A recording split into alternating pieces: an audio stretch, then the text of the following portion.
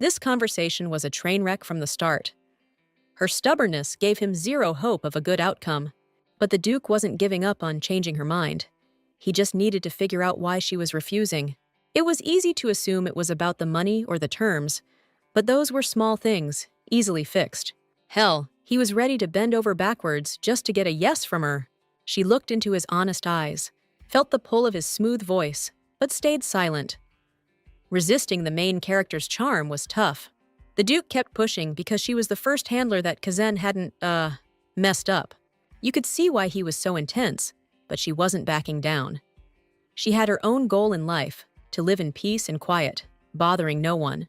See, 5 years ago, she started remembering her past life, and it felt like she'd stepped into the pages of a novel.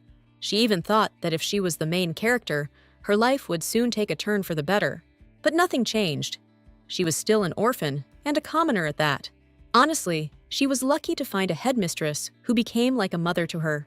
Thanks to her, the girl was able to become a trainer and land a great job.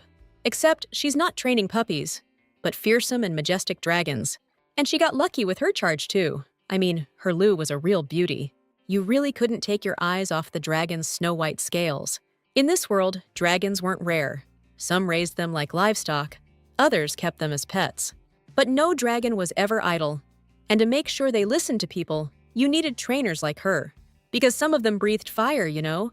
Others swam in the ocean's depths, or flew high among the clouds. Everyone understood these creatures had insane power. They could tear everything apart if they wanted to. Meanwhile, Lu was feeling a little mischievous, and she grabbed the trainer's clothes. No time for games right now, though. Cleaning first, then everything else. And before long, Lu's chambers were sparkling clean. But all this tidiness didn't exactly cheer up the sulking dragon. Lu could keep pouting if she wanted, but the girl had some special treats just for him. That worked like a charm. The dragon was already begging for a snack, completely forgetting what she was upset about. Her puppy dog eyes were melting the trainer's heart. She really loved this little drama queen. And she fed her well, happy that Lu was in a good mood today. But at first, the dragon didn't have much of an appetite at all. Soon we'll have to see if she's ready to be ridden or not. Just then, one of the junior trainers came running into the enclosure. He needed Lithia's help like yesterday. Thompson was in trouble, again, still struggling to tame that rock-type dragon. And those things are supposed to be the slowest, least aggressive dragons out there. Or so they say. But something clearly went sideways here. Pretty soon that dragon's gonna make Thompson his lunch, and not even blink. The dude was about to pass out from sheer terror. Just then, Lithia showed up on the battlefield, riding her awesome Lu. Thompson instantly forgot his fear, because his hate for Lithia ran deeper. He was yelling, cursing, totally forgetting he was just egging the dragon on. Unlike him, Lithia knew exactly how screwed they were, but she was ready to leave him to his fate if he didn't cut the crap. Before they could finish, the dragon went on the attack. After a little growling, the dragon calmed down and even reached out to Lithia. Guess kindness and treats really did the trick. A minute later, they were hugging like they were best buds. The dragon and the trainer were totally in sync, like that whole meltdown never happened. Turns out, the dragon was just in pain, and Thompson didn't bother to figure out why she was acting up. The other trainers were watching Lithia work her magic, and they couldn't believe what they were seeing. Meanwhile, Lithia was helping her dragon out by getting rid of this growth that was bugging her. And it wasn't just any growth, it was the seeds of some nasty sungrass. She wasn't blaming anyone, but her coworker had other ideas about the whole thing. It's always easier to pass the buck, and then rough someone up because they're weaker, right? Lydia couldn't stand to watch, so she defended the kid. I mean, he's a student, and Thompson's supposed to be his mentor. Why doesn't he know basic care? It was hard to miss her point, but the guy was playing dumb, acting like he didn't hear a thing. Lydia had no problem repeating herself. Thompson practically begged the dragon to go wild, slapping a saddle on it and ignoring its injury. And she was 100%, no, 1,000% sure she was right. So, things escalated straight to Director Ashar, who was absolutely losing it, though he was mostly taking it out on her. Lydia was clueless what she'd done wrong. She was the one who stopped the dragon from hurting anyone. The dragon trainer was totally out of it, and the camp rules say another trainer has to step in when that happens. Yeah, that's the rule, but Thompson's got a big shot backing him, someone who funds the whole camp.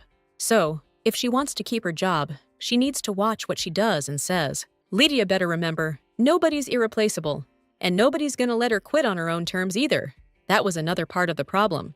As much as it sucked to admit, the boss was right about everything. That was the end of the conversation, and Lithia left the stuffy office.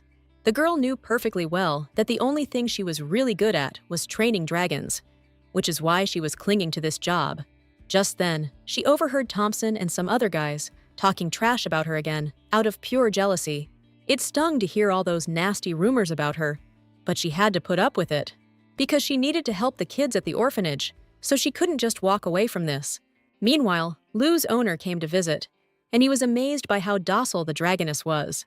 Clearly, Count Olbart was more than happy with the results. He was even willing to hang around the camp for a few days to reconnect with Lou, though he couldn't dedicate all his time to it. What's more, the guy would have been stoked if Lithia had ditched the camp and started working for his family. But Lithia turned him down, saying she was too green and had a ton to learn. Suddenly, Lou snarled and reared up, ready to attack. But the girl couldn't figure out who she was targeting. Lithia tried to calm her down, but Lou wouldn't chill. Turns out, Duke Albrandt had just arrived in Asher's territory on his dragon. So, first thing the Duke did was head straight to Asher's office and started digging through the documents. The guy had heard this place was supposed to be the best dragon training camp around, which is why he was here today. Asher was practically ready to kiss Duke Albrandt's boots, but the Duke didn't even bat an eye. Anyway, the Duke was planning on tasking this camp with training a dragon. Asher couldn't pass up that kind of opportunity, though he figured they'd be training dragons for knights. That's where he messed up, because the guy was talking about his personal dragon. In other words, Albrandt was looking for someone who could be his personal handler. The director wasn't thrilled with this idea and tried to talk the guest out of it, since he could end up hurting his own dragon. Honestly, only the Duke himself could probably handle a dragon like that, and who knows what happened to his family's handler. But the director doesn't need to worry about any of that. The Duke's already thought it all through for him. Besides, it's not up to the guys to make this decision anyway. Meanwhile, Rick relayed the director's message about a general assembly to Lithia. It was weird, and she couldn't figure out what all the fuss was about. As much as she didn't want to go, she had to, and finish Lou and Count Albrandt's training. She saw how bummed the guy was, but promised to write down Lou's favorite treat recipe for him next time. Meanwhile, all the camp's beast trainers gathered at the first training field. Lithia was the last to arrive, which pissed off the director yet again. But she barely even noticed him, because Duke Albrandt had completely captured her attention. Something about that guy really set off alarm bells for the main character. Just then, Asher launched into a speech, announcing that he'd gathered everyone to choose a trainer for the Duke's dragon. Participation wasn't mandatory, but anyone confident in their abilities could give it a shot. The thing is, Agric's dragons only chose members of the Albrandt family, so almost nothing was known about them, which meant there was a huge risk of provoking the dragon, even to the point of, well, let's just say things could get messy since nobody knew its habits. Everyone there understood the risks, but they couldn't pass up such a huge opportunity to make a name for themselves. Lithia hesitated. She knew she could win, but the duchy was too far from the capital, and she'd have to leave. Thompson, seeing her hesitation, immediately decided to mess with her. He figured she was just faking being smart and talented, and was actually a nobody. Lithia didn't take the bait, but her friend, without a second thought, popped him one to shut him up. The guy and the girl would have kept arguing if they hadn't caught the director's evil eye. That's the only thing that made Thompson back off and leave the girls alone. The friends were quietly talking, and it turned out Lithia wasn't going to participate in the selection because of the orphanage. The main character just didn't get that she should live her own life and not worry about everyone else. Even the head of the orphanage would tell her off right now. Just then, the lottery started. Lithia still didn't participate because she'd chosen a quiet life here. Still, if things go south, she'll step in. But she'd rather not, because the Duke is way too much like a romance novel's main character. Messing with a situation like this is just asking for trouble. The selection process kept rolling, but nobody could handle that dragon. Some guys nearly lost their pants, others their eyebrows, and the dragon was loving it. Looked real happy causing chaos. Comforting her friend, Lithia realized taming this dragon was going to be a real pain. Meanwhile, Thompson was about to jump into the game. He just strolls right up to the chillin' dragon and starts patting its side like they're old buddies. Lithia was the first to realize what a bonehead move that was. Took her archenemy almost 2 days to even start figuring out what was happening. The dragon's intentions were clear as day in its open jaws. Someone's time was almost up. Lithia had to act fast, so she used her musical instrument to draw the dragon's attention to herself. The other trainers scrambled for their magic gear, realizing things were going south fast. Meanwhile, Thompson just kept screaming, yelling for help, thrashing around, which only pissed off the dragon more.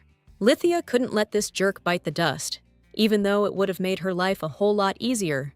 But her conscience wouldn't shut up, so she locked eyes with the dragon. She wasn't about to get any closer, without the okay from such a smart creature. The dragon was clearly warning everyone to stay back, without going full-on berserk. But Thompson and the others were too dense to see the obvious. First, save the dude, then deal with everything else.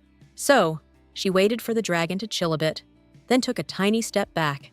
But it was too soon, and the dragon started roaring again. Good thing nothing bad happened. Turns out, the dragon just wanted a hug. Yeah, he could have just wrapped her in his wings. But no. He had to lick her face and head with that sandpaper tongue of his. Nobody saw that coming, not even the girl.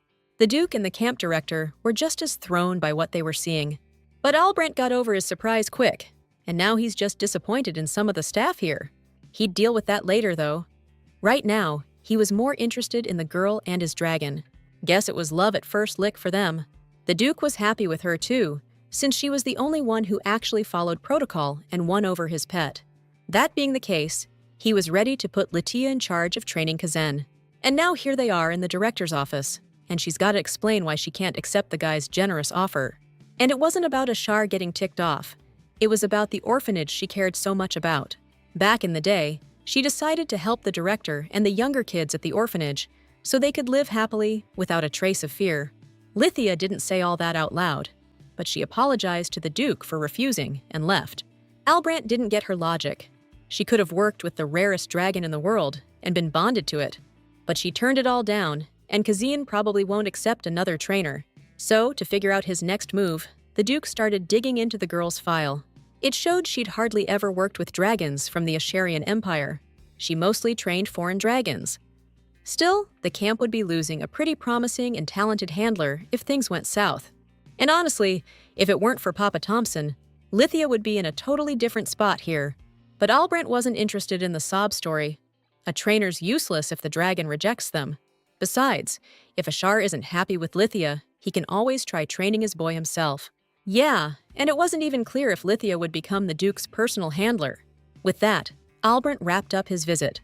But as a parting gift, he told the director he was leaving Kazen here, giving him a chance to get better acquainted with the dragon. That news didn't exactly thrill the director, so as soon as the Duke left, he called Lithia in. Lithia, on the other hand, was pretty stoked about this unexpected twist of fate, but she quickly snapped out of it, realizing it wasn't exactly the greatest idea. Besides, she couldn't take on an Agrix dragon, since she already had way too many under her wing.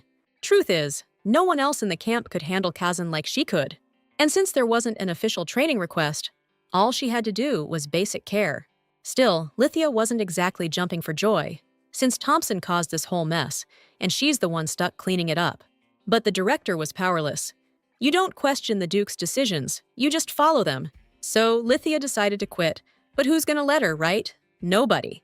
I mean, the poor dragons she takes care of didn't do anything wrong. She can't just ditch them. That was a low blow, hitting where it hurts. But the director had a point. If she left, her charges would be totally screwed without her. It was a tough choice, but in a way, it was also a no-brainer. Lithia agreed. But this time she had a few conditions. She knows how the director operates. She was only going to feed, walk, and clean the dragon, nothing more. Those were such minor things that the director agreed instantly. Lithia had just saved his bacon. Evening came, and a tired Lithia brought Kazana his dinner. She knew the dragon was anxious about the change of scenery, so she wasn't surprised by his sudden outburst. Okay, the dragon's hungry, but he needs to chill. Lithia stopped him dead in his tracks with one hand before he could get to the food cart. The dragon didn't see that coming. How dare a human keep him from grub when he's starving? But his growling didn't faze Lithia, so she stood her ground. The dragon had no choice but to flop on the floor and give her puppy dog eyes. Kazan was so freaking adorable that the girl started to lose her focus. She couldn't stay mad at such a cute dragon for long, so she let him start chowing down. Clearly, Kazen's used to being treated differently. Sounds like nobody's ever laid down the law with him, which is why he gets away with being a rascal. The dragon scarfed it down fast, and Lithia's hands were itching to start training, but she couldn't let that happen. But she can take Kazen for a walk, right? No sooner did she get the harness on the dragon than he took off like a rocket. Dragons don't act like that around here. So Lithia yanked the reins, and Kazen ate pavement. Seriously, how dare she treat him like that? He's a proud dragon, he won't stand for it. But Lithia was just itching to whip him into shape and teach that big lug some manners. He absolutely hated it, but the girl wouldn't back down from what she wanted. While she was busy doing her thing, Lithia didn't notice the Duke walk in and start watching her intently. This was pretty much what he expected. A girl like Lithia wouldn't just leave Kazen to fend for himself. The moment the dragon saw his master, he rushed over for a hug. The guy felt a little guilty for being late and not getting to his friend sooner. Lithia found it weird seeing the Duke so carefree and happy. He always seemed so cold and distant before. She was so lost in thought that she didn't immediately notice Albrandt was already talking to her. He could see she was taking good care of Kazen, even if she acted like she wasn't. Still, he was really curious and interested, because Lithia had managed to win over his dragon. So, she needs to remember that she can change her mind anytime and accept his job offer. Plus, it was kind of fun seeing how long Lithia could resist Kazen's charms. Something about those words set her on edge, and none of her pleas for help to her colleagues had gotten any positive responses. Same thing happened in Ashar. Nobody wanted to help her out. So, she was stuck dealing with her problems and a mountain of work all by herself. Still, she couldn't abandon her charges and their owners, even though she was dead on her feet. Like, for Lou and the Earl, it was their last day at camp, and the guy was bummed to say goodbye to the trainer. The guy couldn't figure out why such a talented girl, the youngest trainer to ace the exam with the highest score, couldn't find a job in the Empire. Lithia wasn't dumb, and she knew that dragons played a huge role in the power struggles of the nobles and elite. So, it's important for everyone to have a talented trainer on hand, someone who soon gets power too, since they can raise a dragon to their owner's specs. But thanks to the director, that wasn't in the cards for Lithia, but she was still happy just being around the dragons. Besides, there aren't many places outside the training center where you can work with so many different dragons. The Earl didn't expect Lithia to have zero ambition, so he wanted her to value herself more and strive for bigger things. After all, fish can never thrive in water that's too clean. It was weird to hear something like that, and to get a gift too, since Lithia just loved dragons and didn't need anything more. Unfolding the scarf, she saw a beautiful gemstone, and for the first time in her life, she thought the Earl might be right. Though it was all probably nonsense, she could sell the stone and try to hire a priest. Suddenly, Lithia felt someone behind her, but when she turned around, she couldn't believe it was the Duke and her mother superior. And that was strange, especially when the man left them to talk and went to see Kazen himself. The mother superior wanted to talk to her former charge, and she had something to say. But she wasn't rushing to get to the point, and just sipped tea in the girl's room. The woman was silent for a long time, but when she finally spoke, the first thing she asked about was the Duke's dragon. It was hard for Lithia to describe the dragon. She always felt like it radiated a red glow. Maybe it was because of the creature's special magic. He's really beautiful and intelligent. It's impossible not to fall for him. The Reverend Mother wasn't surprised by that reaction, which is why she really wanted the girl to become Kazen's personal trainer. After all, the woman had even heard in town that some talented trainer had tamed His Grace's dragon's wild temperament. Besides, the Duke personally visited the orphanage, made a generous donation, and even brought a priest. The priest was happy to treat the children, so there's nothing to worry about. But it wasn't just the children who received help, but also Mother Superior, which is why she was able to come visit her ward today. That was the best news Lithia had received in a long time. The Reverend Mother strongly urged Lithia not to miss the chance the Duke was giving her. An opportunity like this wouldn't come again. Plus, she always felt a little guilty that Lithia had to work so hard because of her. But at the same time, she was incredibly proud of her strong girl. Meanwhile, Albrandt and Kazen were chilling under a tree, hiding from the sun. But they quickly noticed Lithia's arrival. The girl didn't beat around the bush and said she'd thought over the Duke's offer. The man was definitely stoked that Lithia had changed her tune, and he was ready to go over the details of his proposal with her again. The decision was made, which meant it was time to say goodbye to the kids at the orphanage Lithia looked after. She swore to the kids and the Mother Superior that she wouldn't disappear and would write letters. No one was mad at her, though, because the girl needed to learn to put herself first, and they'd always understand and support her here. Melissa and Rick even came to say goodbye to Lydia, since they'd worked side by side for quite a while and become friends.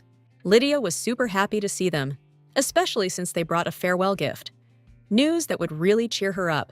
Turns out Duke Albrecht filed a formal complaint against Thompson, and he got canned. That was awesome. And with all the goodbyes, the girl didn't realize she was running a little late for her meeting with the Duke. The guy didn't get what the big deal was, since she wasn't leaving forever. And her contract included vacation time anyway. The contract was seriously great, and not just because of the vacation. She needed to get Kazan ready to serve in the Duchy's Dragon Squad. Good thing is Grace and the dragon get along so well. But there was one thing in the contract that bothered Lydia. If the trainer thinks extra training is needed, they get a bonus for the work. But the guy didn't see what was weird about that, since the trainer understands the dragon's condition better than anyone else. So if Lydia spots any issues with Kazan's condition, she's obligated to report it, and she'll get paid extra for the information. It all sounded reasonable at the time, but now this conversation was stuck in her head, even though she was trying to stay positive. Either way, the contract was signed, and it was time to prove herself. Yeah, and the road to the duchy was easy, interesting, and exciting. The perfect place to raise dragons, no matter how you slice it. She needed to calm down, but it was so hard to do, now that she was in a mini-paradise for dragon trainers. Only the escorts didn't share her enthusiasm, though Kazan recognized her, so she shouldn't have any problems. At that moment, the girl started to feel uneasy, because the other men were starting to look at her strangely. Lydia had no idea how she could have gotten on their bad side so quickly, but she definitely had something to think about. Although, she could guess it had something to do with wounded pride, since Kazan opened up and started listening to her, leaving the Duchy's head trainer out in the cold. Only now did she realize that becoming one of the team in this long-established group wouldn't be easy. But they had already arrived, and the girl was looking forward to meeting different dragons. But when the gates opened, her hopes crashed against the rocks of reality. Too bad there wasn't a single dragon there. There couldn't have been, not with Kazan spiraling out of control so fast. And to top it off, the head trainer immediately found something else to do and wasn't about to help Lydia settle in. He took off so fast, Lydia didn't even have time to shout. How could this happen? What did she do to tick off the universe? And these guys call themselves trainers? It's just sad at this point. Yeah, it's a super tough job, and you can't click with every dragon right away. But to bail out in fear like that? That's just weak. Lydia wasn't about to do that, so first thing, she decided to lead Kazan inside his pen. But the dragon started acting stubborn again. You couldn't deny how determined and picky he was. He's not doing it to be mean, just because he doesn't get people. So she explained to him that the guy wasn't mad at him at all. He'll be back soon, but for now, Kazan needs to head inside the house and wait for her there. It was their first assignment. The dragon had to sit and wait, and she was sure he could handle it. Lydia herself hurried off to confront the Duke, believing Kazan's condition was his fault. Albrecht hadn't seen her yet and was talking to his assistant. Turns out they've been having a ton of problems lately. Pascal pointed out that they wouldn't be easy to solve, especially after the title transfer. The worst part is that a lot of the handlers couldn't take the pressure and quit. Yeah, they were backed into a corner and had to take care of Julius Albrecht and his wife, but it hit the dukedom hard. That guy barged into the man's life when he was just a kid who'd lost his parents, and he couldn't put up a decent fight against his greedy schemes. Now, don't forget that every noble family had dragons, which means they also had personal handlers. In families that owned rare dragons, the handler's status skyrocketed. But they're not around now, and Albrecht needs to figure something out. The Duke's uncle figured the Albrecht's loyal trainers would eventually turn on him, so he just offed them. But maybe this new trainer the Duke brought in can turn things around. After all, Lydia was a pretty unique character. Pascal needed more intel to figure out his next move. The Duke didn't have much info, and his main thing was that Kazan seemed chill around her. But thinking about it, that's kinda wild. Pascal knew Kazan was super picky, and if he didn't like someone, he wouldn't give them the time of day for years. Meanwhile, a seriously ticked-off Lydia was heading for the Duke's office. Her entrance was epic. Door kicked open, screeching like a seagull in distress. She was burning with righteous anger, ready to roast this dude. Looks like this is going to be a loud conversation. She's here because she was hired to train Kazen, but something's already gone sideways. Lithia wasn't expecting, for example, that Kazen had pretty much lived alone since birth. But it is what it is, and she'll have to work with it. She needs to get the dragon used to other dragons and taking food from strangers. In that case, he needs to be moved in with the other dragons immediately. It's the only way Kazen will learn to interact with them, and if we keep him separate, we'll never see any progress. Albrandt found it hard to believe, but if Lithia's sure of what she's saying and willing to take full responsibility, then he's willing to meet her halfway. Of course, Lithia was ready for this, but first, she needed to make some small preparations. Specifically, while they're moving the dragon's enclosure, she'll use that time for basic dragon training and obedience drills. The guy figured Lithia should be able to handle it in a week, which pissed off Pascal. Albrandt didn't get the reaction, since Lithia herself said she'd be doing training while the new enclosure was being prepared, and he was hoping the girl wouldn't screw up her first assignment as a personal dragon trainer. That Duke's got away with words, all right. And the look on his face wasn't exactly promising sunshine and rainbows, but Lithia wasn't sweating it. She was sure she could turn things around real quick. The conversation wrapped up, and Lithia watched the other trainers straight up ice her out. No time to dwell on that, though, because it was evaluation day for the basic training results. Turning it into a public spectacle was kinda lame, but she was dying to prove that Duke wrong. A couple minutes later, Lithia was flying on Kazen to the training grounds to meet Albrandt and the other dragons. Now she had to see if Kazen would actually listen to her commands, with all those other dragons around. Of course, things didn't go smoothly. The second the other dragons saw Kazen, they freaked out and started acting up. Lithia knew she had to take control. First things first, she told the dragon to behave himself. It was tough for him to follow her orders, but he was giving it his best shot. But it still wasn't enough. And the girl asked him to scoot back a little. Reluctantly, Kazen did what Lithia asked. That was a huge step forward. And then she asked the dragon to lie down. The dragon liked that last command the best, while the other trainers watched in disbelief. Even the Duke couldn't believe his eyes, because up until now, he was the only one who could control his dragon's urges. Overall, everything went down exactly like Lithia said it would. It sounded like a compliment, but there was some kind of hidden meaning in it. What's more, Albrandt didn't look happy, but it should have been different, but it wasn't. But Lithia decided to think about it later. Right now, the Duke needed to accept the initial results. Besides, a dragon's a living thing, and you can't completely change its personality or predict its actions.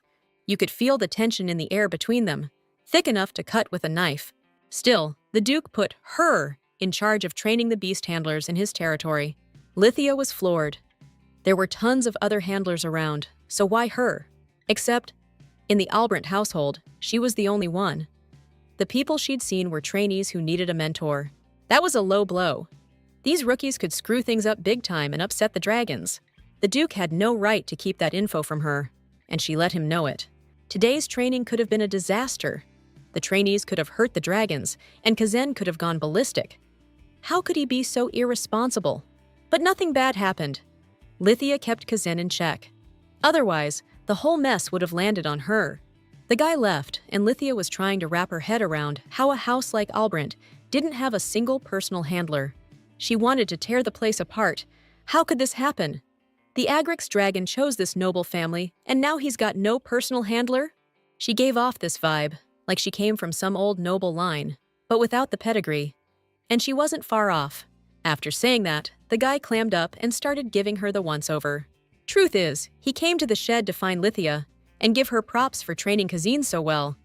Now he's got a whole damn show, but he's gonna hold off on that now. What he is curious about, though, is whether Lithia remembers the terms of her contract. She remembered, but she didn't think the clause about extra work and bonuses would apply to this kind of thing. So, the question now is, does she think the team's training is good enough to start working with Kazen? The answer was obvious to both Albrandt and Lithia, which means the student's training can be considered part of the dragon's education. But Lithia was worried. Yeah, she'd get paid, but this was a bit much, even for her. Yeah, and His Grace was pissed, 'cause Kazen actually listened to her. Whatever. What's gonna happen is gonna happen, but we still gotta work. So the girl figured a house like Albrandt's had to have some special training techniques. She really wanted to check out those records. An awkward silence hung in the air. Then the Duke got curious about how well the girl knew his family. The question caught Lithia off guard, since she never really cared about rumors. She spent all her time training the former kingdom's dragons, so she didn't give a damn about noble family's business. So, the Duke decided to start his story from way back. Turns out, his family lived for 100 years without an Agrix dragon, until one showed up for him not long ago. And before that, there wasn't a legitimate heir in the family, and that kicked off a power struggle. You can probably guess what fake heirs did with their personal trainers. Lithia had a hunch, which just made her more determined to train Kazen and teach her students. But while she's doing that, the dragon enclosure move is on hold, which makes things easier. So, day 1 of training the apprentices is here, but Lithia could feel they didn't like her. But the girl forced a smile and introduced herself, announcing she's the personal trainer for House Albrant from now on, and mentor to the assistants. You could see the disapproval, confusion, and distrust all over the guys' faces. Pascal totally got where the assistants were coming from, but they each needed to remember the Duke personally chose Lithia. That kind of hype didn't help her, and neither did telling everyone to just relax and be themselves. Not in this situation. Some of the guys were surprised, since they'd never seen her before. Others were wary, since they'd had the honor of escorting her here. And that was a pretty normal reaction to changes in news like this. Yeah, she's their teacher now, but she's new, doesn't know anything about the duchy's dragons, so she respects every assistant who's been taking care of the dragons. She was ready to share her knowledge with them, and in return, she needed info about the duchy's dragons and the Agrix dragons. One of the assistants jumped right into the argument, asking what would happen if some clumsy intern pissed off the Agrix dragon. What's worse, Kazen almost fried one assistant for bringing the wrong food, and nearly clawed another to shreds just because he was in a bad mood. They can't even get near him. Lithia knew it was a deliberate jab, but she figured that since everyone here was supposed to be working with dragons, it was in their best interest to share information. But the guy saw things differently. He thought nobody here wanted to end up as Dragon Chow, courtesy of the Duke's precious pet. And the redhead thought that since they didn't have a license, they shouldn't even bother trying. Lithia hated that kind of attitude. For her, dragons were everything, and she wanted to believe everyone there loved them, license or no license. Besides, she wasn't aiming to be the big boss. She wanted to work side by side with people who shared her passion for dragons. That's why she wasn't ashamed to ask her colleagues for help. In that moment, she remembered the Duke, who was convinced that if she were any less sharp, she would have already met the same fate as the previous trainers. Right then, she realized clearly, Albrant was threatening her, and he wasn't even trying to hide it. After that, he turned around and left, promising decent pay for her work. But she and the interns had to prove their worth, or else they were toast. You could read between the lines. All right, the meeting's over, and time to feed the dragons. Lithia instantly knew the intern was hinting she should do it herself. How badly this dude underestimated her, and he even smiled sweetly while saying nasty stuff. But Lithia wasn't about to back down, and smiled sweetly back, hoping he was just talking about feeding. And she was right. If that's all it was, then the assistant could go about his business. She'd handle it herself. After watching the guy's reaction, she came to a few conclusions. Now she needed to get to work. They weren't the first to try and demean her. They're nowhere near Thompson and Asher's level. They're gonna regret dumping dragon feeding on her. While feeding one of the dragons, she noticed he wasn't finishing his food, and his scales weren't as shiny anymore. Lilia was furious with the trainees right now. Nobody messes with the dragons like that. She was already figuring out how to beat some respect and love for these creatures into those careless workers. The conspirators had no clue, and thought that since she was from the capital, she'd be running back there any day now. Exactly 1 week had passed since that day, and one of the trainees went to the dragon, but it wouldn't listen to him anymore. Bruce outsmarted himself, thinking Lilia would get into trouble, but they all did, because the dragons weren't taking orders from them anymore. The guy didn't understand what was happening. Just a few days ago, the dragons were peaceful, and now this. Just then, Lilia came into the pen. She didn't get what was going on, since it was training time, but everyone was just standing around doing nothing. The guys were already stuttering and didn't know what to tell her. But since no one was saying anything, she was just gonna leave and get the dragon's lunch ready. Bruce noticed things were shifting in the dragon pen at that moment. The second Lithia stepped inside, All the dragons instantly calmed down. Bruce immediately wanted to talk to her. But figures, Lithia was busy. On top of that, she had to feed and train 30 dragons, plus Kazen. Bruce realized he'd really screwed up and decided to be the first to apologize for his low-down behavior. But nobody was buying his apology because his words rang hollow. Still, she was grateful to the guy for the lesson he'd inadvertently taught her. Up until now, all the trainees had been dumping all their work on her. But as soon as things got a little rough, they started apologizing. That's not how things work.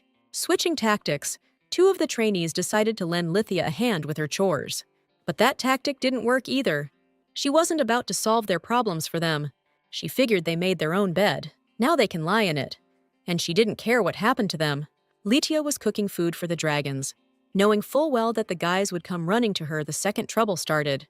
They tried to set her up with the feeding, but they didn't know the trainer's supposed to give half the food, and the student gives the other half during training, so the dragons start listening to them. But that was their big mistake, and they were about to learn that the hard way. With most of the work done, she finally had some time for Kazen, who was sleeping peacefully in his enclosure.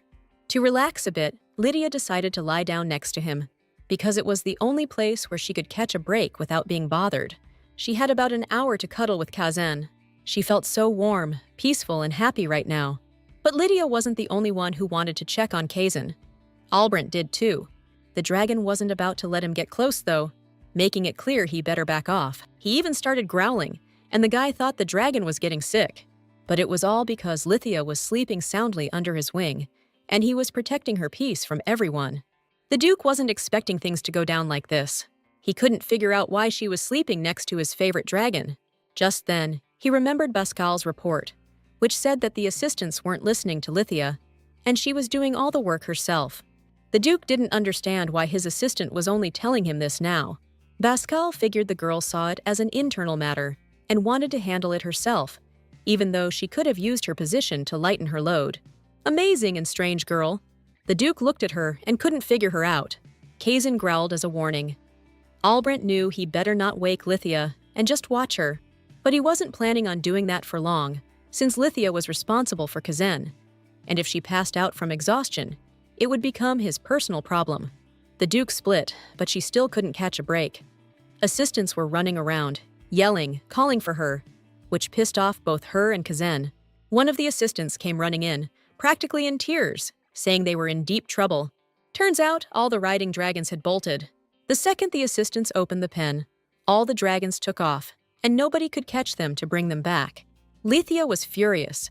She hated incompetent people who just screwed things up for everyone else, and then someone else had to clean up their mess. The guy was already crying, trying to excuse himself by saying the alpha led the whole herd away. The guys tried to reason with the dragons, but they just ignored them. She should have just stayed out of it, but her conscience wouldn't let her. Yeah, they were just riding dragons, but even they could cause a ton of problems if they weren't stopped fast. So, she decided to take advantage of Kazen's eagerness to prove his loyalty and asked the assistant to open the riding dragon's pen gate. Lithia was on a mission to bring all the dragons back home. So, she was flying after the runner dragons, which kinda looked like regular horses, if you squinted. The girl was trying to think like a runner dragon, trying to figure out where they'd bolt to. Since no one was in sight, she asked Kazen to fly higher for a better view. After a while, they spotted the whole herd down below, making a beeline for the field. They looked happy and pumped. But it was time to end the fun and games, so Lithia blew a special whistle, catching the leader's attention. And as soon as the herd slowed down, Lithia and Kazen swooped down too, blocking the dragon's path. Okay, party's over, time to head back. Except the dragons didn't see it that way. And if Lithia had come here without Kazen, she'd be freaking out right now. Agrix the dragon made it crystal clear that the steeds better listen to his personal trainer. Meanwhile, the assistants were freaking out in the steed pen, not believing they'd ever get them home. The guys knew they were in deep trouble, but they didn't have a clue how to fix things. Even if they rested up and rode after the dragons, there was no way they could force those pets to follow them home. They had to remember the Duke could demand compensation for the lost dragons, and they were broke, so they had to try and get the steeds back. Just then, another trainee ran into the hangar, shouting that all the dragon steeds were coming home.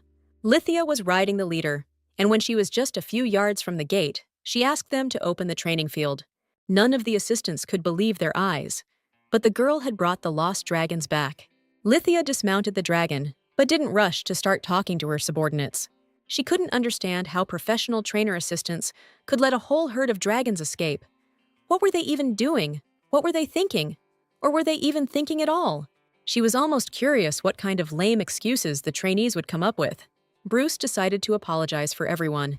He even got down on his knees in front of Lithia, totally owning up to his screw-up.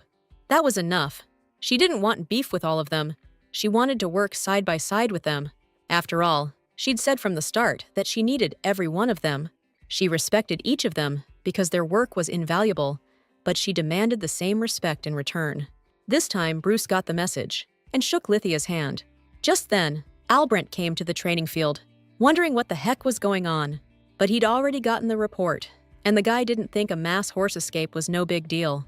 Lithia totally understood the Duke's bad mood, but figured since the horses were back, and their leader probably brought some wild buddies with him, it wasn't the end of the world.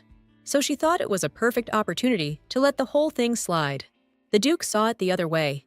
He didn't think it was right to ignore the assistant's screw-up. Still, Lithia kept defending her co-workers, because firing them would just make the problem even worse, and replacing them would be a total nightmare, since they know the Duchy's dragons better than anyone. Rohannes wasn't expecting her to go so hard defending guys who clearly weren't cutting it. Even so, he decided to meet her halfway. Since the situation was fixed, he wasn't going to come down too hard on the guys. He'd dock their pay for a year, and if they couldn't prove they were useful to the Duchy in that time, they'd be canned.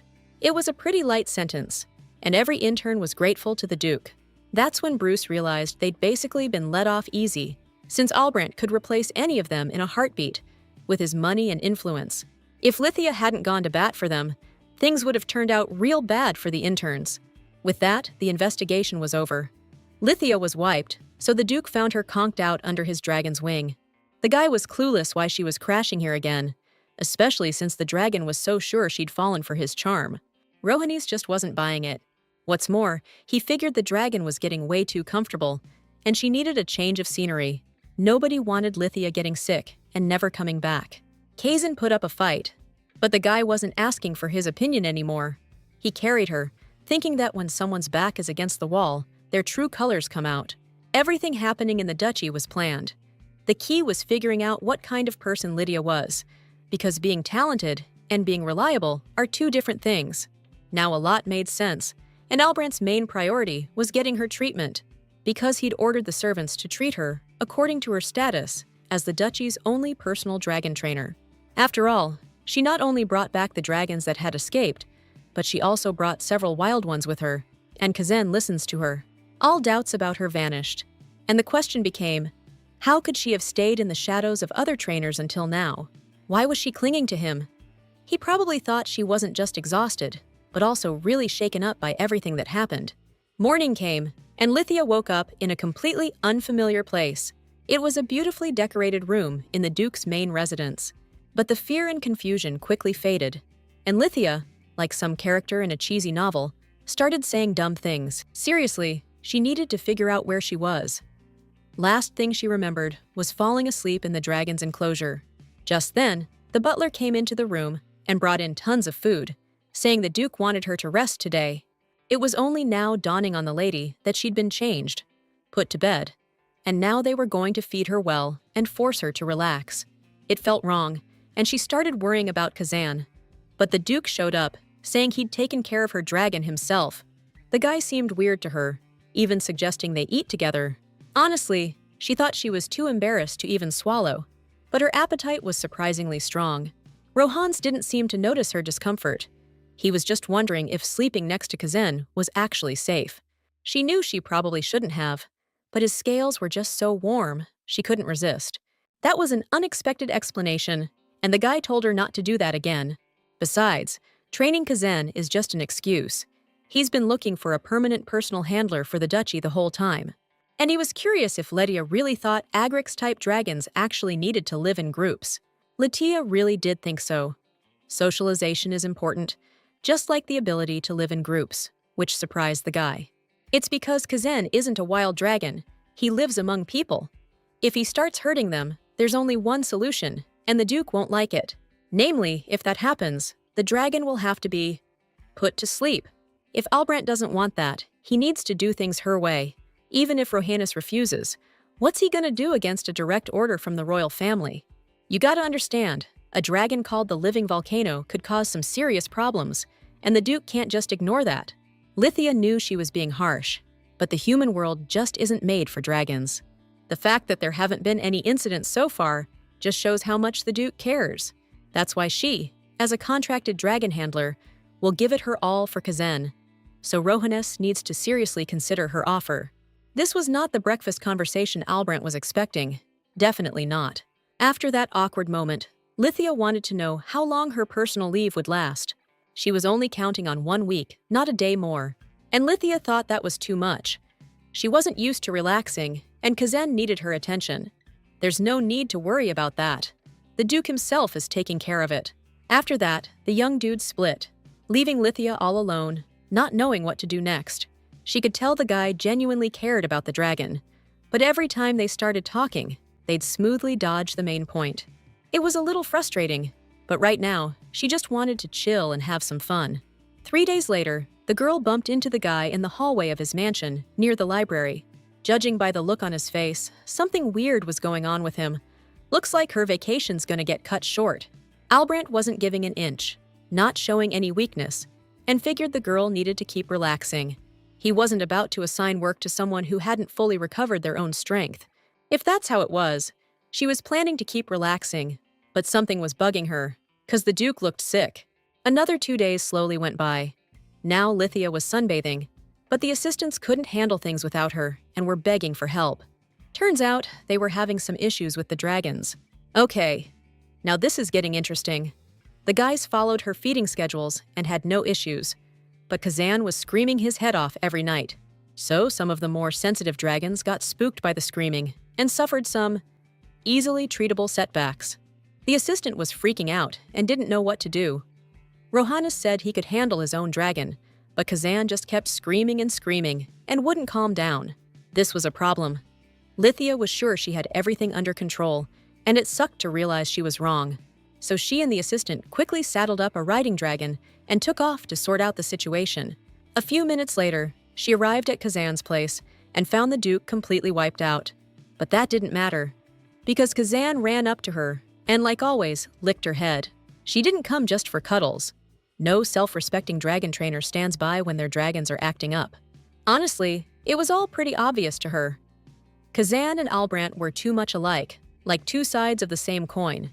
In that moment, she also realized the dragon was ticked off at her for not visiting sooner, and that he missed her. That's when it hit her.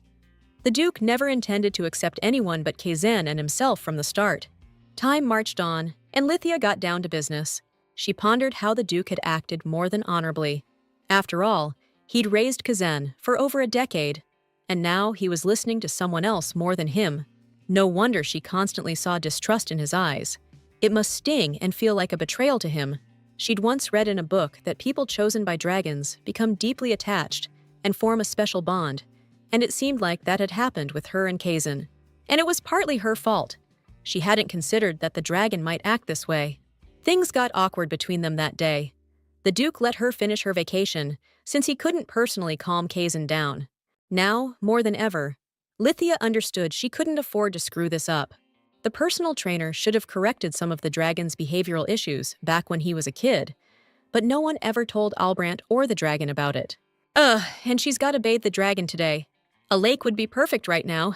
Just toss the dragon in. Problem solved. Seeing the girl was bummed, Kazan tried to cheer her up, but she just told him to back off. But the dragon was determined to wear her down, screeching, writhing around, acting like a spoiled brat. Thing is, the whistle snapped Kazan out of it. If he wanted affection, he could go to his grace. Lithia wasn't gonna pet him. Kazan was hurt, but Lithia was unyielding, even though she desperately wanted to hug him too. It was the right call. The dragon and his master couldn't risk their fragile bond because of her. Meanwhile, Albrant showed up at the park too, and he totally wasn't expecting a dragon to jump him out of nowhere. He knocked his owner to the ground and started licking his face all over. Lithia caught them in the middle of this boring activity, hoping the Duke hadn't changed his mind about fixing the dragon's behavior. Albrant wasn't backing down, But he didn't think you could fix something like that overnight. He stared into Kazen's eyes, confused why his dragon was so happy. Just yesterday, he wouldn't listen, kept calling for Lithia and crying. But now, he felt like a little kid again, like his little dragon had come back, and they were together like before. The Duke could feel Kazen's joy, the joy of seeing him. Lithia noticed it too, and decided to leave them alone and work with her assistants herself. But before she could even take a step, the Duke stopped her and apologized. The guy knew he'd messed up. It was just, Kazen had never cried for anyone before, and it hurt him to hear it and see it. Lithia understood everything, and since she was Kazen's personal handler, fixing stuff like this was her job, so no harm done. With that, she left, knowing she'd done a good job. Lithia could finally breathe, even if just for a little bit. Albrant watched her straight back as he hugged Kazen, realizing they finally had a personal handler. Meanwhile, back in the other paddocks, things were buzzing. The assistants were cleaning up the enclosures, while the dragons got their exercise in the field.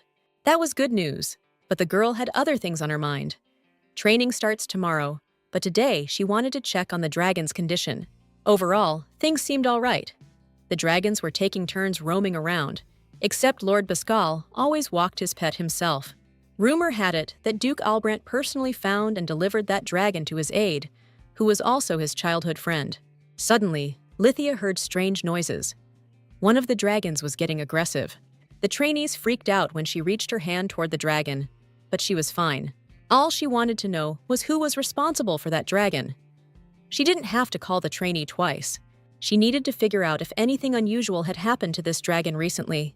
Louis was always super sensitive and reacted strongly to everything around him. And that's all because this dragon's already switched owners once before. It happened right when the dukedom was caught in a serious power struggle. Bruce didn't know the details either, probably why he's still alive, but he heard that Louis's trainer and owner both died back then.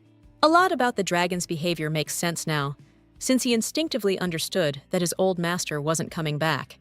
The assistants were hurting to see Louis suffer too, so they'd be thrilled if Lithia could help him accept a new owner. Good question. Lithia couldn't say for sure. First things first, she needed to check out Lady Durna, Louis's owner. That woman was the only alchemist in the Albrant house. The girl decided to go to the Duke with this issue. Gotta start somewhere, right? Besides, Albrant needs to know that all his dragons have problems, but Louis is the most urgent case of them all. And there was a high chance that he could cause a situation pretty soon. Sadly, the guy kinda suspected something like that himself, since he was always surrounded by just assistants, but they'd all managed to stay out of trouble for so long. And Lithia was sure all the trainees would make great handlers. She believed it was totally doable to certify them all within a year, especially since they managed to raise dragons in such bare-bones conditions. Right then, Lithia realized she should have been persuading the Duke, not turning the conversation into a battle of wills. Lucky for her, the Duke decided not to interfere, figuring if Lithia was so confident, she could pull off the impossible. And that's because she knows better than anyone else here how things should be done. He trusted her, even when it came to the Kazan situation. Having received the Duke's orders, Lithia headed to Lady Durna's lab, finding her completely absorbed in her research. If the woman wasn't willing to cooperate, she wouldn't go against the Duke's written orders. After a little while, she found the right room and knocked on the door. The door took forever to open, but finally it did, and this girl appeared in the doorway. Durna was a beautiful brunette, but she didn't get why Lithia was pulling her away from work. The girls introduced themselves, and then Lithia handed the alchemist the Duke's orders. Grudgingly, Durna let Lithia into her office, and that's when Lithia got a surprise. A total disaster zone, not even a place to sit. They managed to clear off a spot for Lithia to sit, and then she got to the main topic, Louis the dragon. At that moment, Durna's expression totally changed. Lithia chalked it up to worry about her pet and offered a training course to improve his condition, adding that it would be great if Durna participated too. Suddenly, Lithia felt a little suspicious and asked how many times a week the girl visited her dragon, and if she even cared about Louis at all. Right now, it was crucial for Lithia to figure out if the dragon, Dern, meant anything to her. When she didn't get an answer, the trainer suggested the girl either give the dragon to someone else or actually start training him. That's when the alchemist snapped, yelling that she wouldn't give her dragon to anyone. Now it was Lydia's turn to be quiet. She'd often met owners who screamed they'd never give up their pet, but treated them like garbage. Here we go again. The alchemist was stubbornly defending her right to own Lewis, but she wasn't taking care of him at all. Now she had to make a call. If she wanted to change things, she had to participate in the training. If not, the dragon would be better off with someone else. The girl's face fell. She explained that she'd tried to connect with Lewis, but he wouldn't open up to her. And then there was an incident. Lewis inflicted a wound that could have been fatal. Lucky it wasn't, but the scar remains. Lydia definitely wasn't expecting that kind of twist. The trainer quickly composed herself and once again suggested the dragon have a new owner, but her companion refused yet again. Back in the day, Lewis was the dragon of Derna's father, and she really wanted to be friends with the dragon. But now she just remembers how he hurt her and can't bring herself to get close. Meanwhile, Kazan and Albrandt were having a pretty good time hanging out. Just then, Lethia came up to them with a report. Things were complicated, so she needed some extra artifacts. Lewis is the cause for now, but from her tone, the Duke could tell this was just the tip of the iceberg. And if these artifacts are only needed for one dragon now, it's only a matter of time before others need them too. Suddenly, the conversation took a turn. The Duke admitted he knew about Derna's injury, which is why he canned the old handler. But it wasn't just a simple firing. To get it, you gotta remember the Derno family's been working for the Albrandts for years. And all that time, they were into alchemy, meaning they passed down secret knowledge to their heirs. Now Lithia's gotta figure out what motivated those handlers who were trying to get close to Louis. That's right, every single one of them was sent by the Duke's enemies, who wanted to wipe out all the alchemists here. When the attack happened, Albrandt explained everything to Derna, but she didn't hear him. She was too freaked out by the attack itself. And if anyone else could have understood the alchemist, it definitely wasn't Lithia. On the other hand, she felt bad for Derna, because she was blaming herself for everything, instead of the coach who stirred up this whole mess. Plus, a dragon who's lost its master can't just forget them and accept someone else so easily. She's got a wall up around her heart now, and it's hard to tell how strong it is. Derna felt it too. She felt sorry for the dragon, especially when it cried. It hurt her too. That's why she didn't want to give the dragon away, because she'd lost someone close too. They were the same, but Derna couldn't get her feelings across to Lewis. Now they needed to find a way to fix everything. Kazan and Albrandt watched Lithia freaking out, but they didn't know how to help her. They decided, as a group, that Kazan should give her a hug to cheer her up. Lithia perked right up. She realized she'd made cute Kazan worry. That kind of support was medicine for the handler. And the dragon was feeling pretty good about himself. But then she suddenly switched from sweet to furious and ordered Kazan to go get hugs from the Duke. She wasn't doing it on a whim, but because she was a professional. Yeah, she loved dragons, but that shouldn't mess with her job. Plus, if you get too attached to a dragon, it's gonna hurt like hell to let them go after training. The Duke hadn't thought about it that way. So, blushing, he allowed Lithia to give Kazan a little more TLC than the other dragons. Well, that was unexpected, especially coming from Albrandt. But the guy didn't back down, even though Lithia was giving him a serious death glare. If the Duke's cool with it, who is she to deny herself a little fun? Besides, Kazan's been looking down in the dumps lately. Just now, she could see the dragon was bummed out. All it took was a little warmth in her voice, and the dragon just lit up with joy. Lithia praised him for being patient and waiting, and promised him a tasty treat as a reward. Besides, the Duke himself gave her the green light, and she wasn't about to pass up an opportunity like that. And she definitely didn't want to get on the Duke's bad side for no reason. After her walk with Kazan, Lithia went to check on Louis. The dragon was in rough shape. Even the calming incense wasn't doing much for him. Since that wasn't working, Lithia asked Russell to make the door to the enclosure transparent. After a few simple adjustments, Lithia could see Louis clearly. That's when she had a clever idea. Set up a table and chair near the enclosure so she could spend more time with the dragon. She was only planning on giving Kazan her attention when needed. Otherwise, all her time was going to Louis. Up until today, Russell had been handling Louis. The dragon was holding back, not attacking the guy, but you could tell he didn't exactly like him. Russell left, and Lithia knew Louis was not happy about the situation, but he needed to understand that shutting everyone out wasn't the answer. Time passed, and it was time to walk Kazan, who immediately smelled the other dragon on Lithia and got a little ticked off. Still, his anger wasn't that bad, and he wasn't showing aggression, so that meant he could get used to other dragons eventually. 2 weeks went by like that.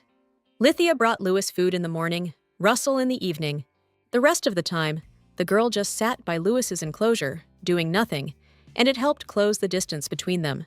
He used to lie in the corner, but now the dragon's reaching his nose out to sniff her. Kazan snapped the girl out of her thoughts. It seemed like he was tired of walking.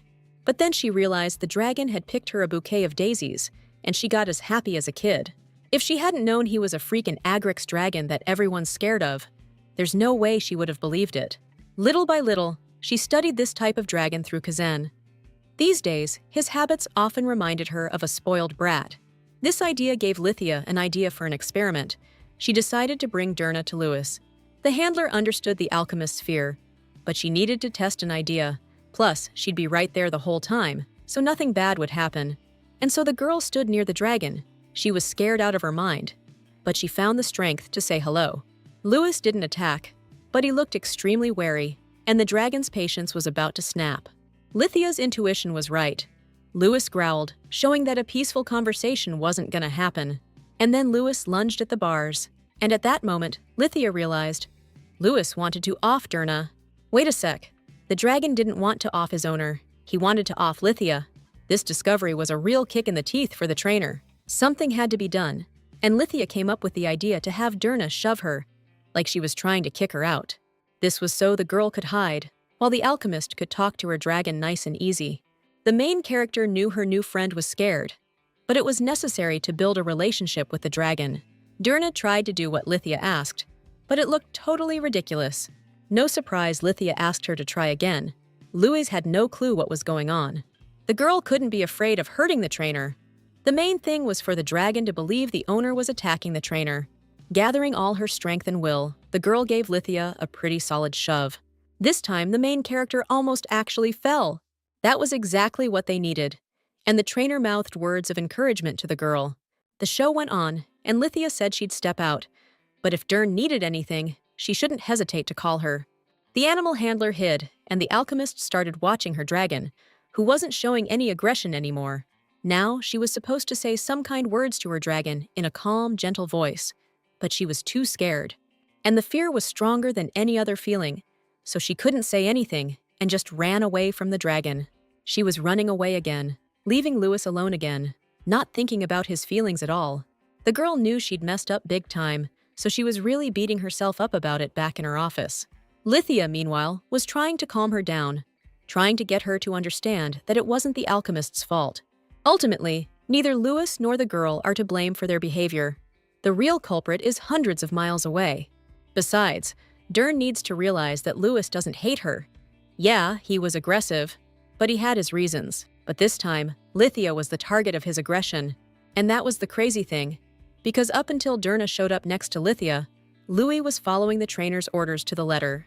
But Dirna remembered that Louis always blew off her commands. And that was the whole problem. The dragon didn't see Dirna as his master. He had his reasons, his own justification, but she hadn't exactly been trying to change that.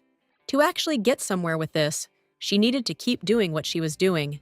Mom also wasn't sure the alchemist could actually connect with the dragon, being the only thing left of her dad. Lithia didn't have a clear answer either, or any real guarantee this would work.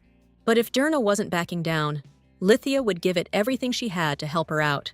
The alchemist knew she still had a long way to go, but she was asking the trainer to meet her halfway and lend a hand. Because she wasn't just gonna quit, she wasn't willing to give up on Louis. Meanwhile, Lewis was dwelling on the fact that his new master was a girl, a fragile thing, the offspring of his former master.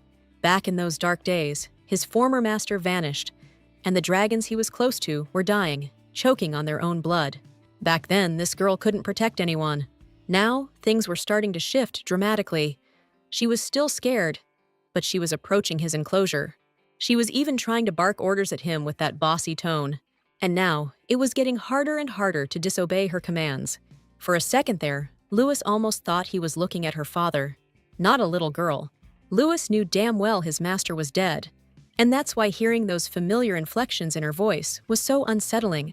Lithia and Kazan were watching all this from the sidelines, and the handler figured she needed to step in and teach Lewis a little lesson. Just then, Duran turned around and saw Lithia entering the room. But the girl didn't come to the meeting alone. She brought Kazan with her.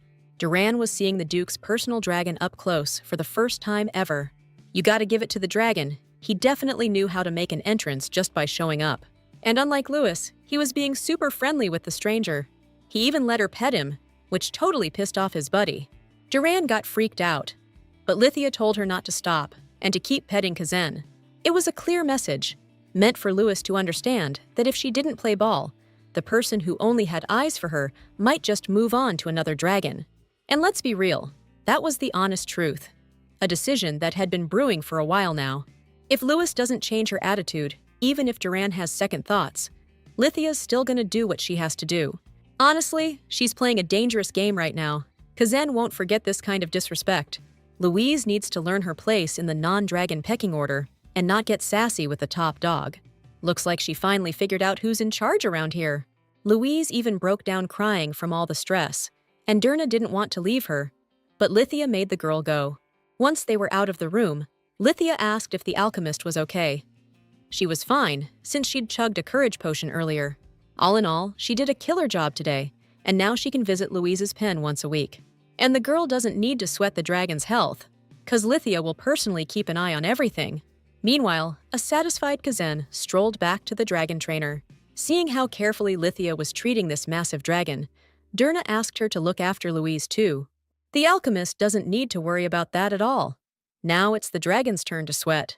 And just like that, a whole week flew by. Everything was going smoothly. But then Durna came running, looking totally freaked out about Lithia.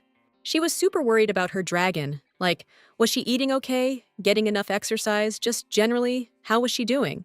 There were way too many questions, so Lithia figured it'd be easier to just show the results, which honestly, she wasn't completely sure about. Durna was seriously stressed, because if this method didn't work, who knew what would happen next?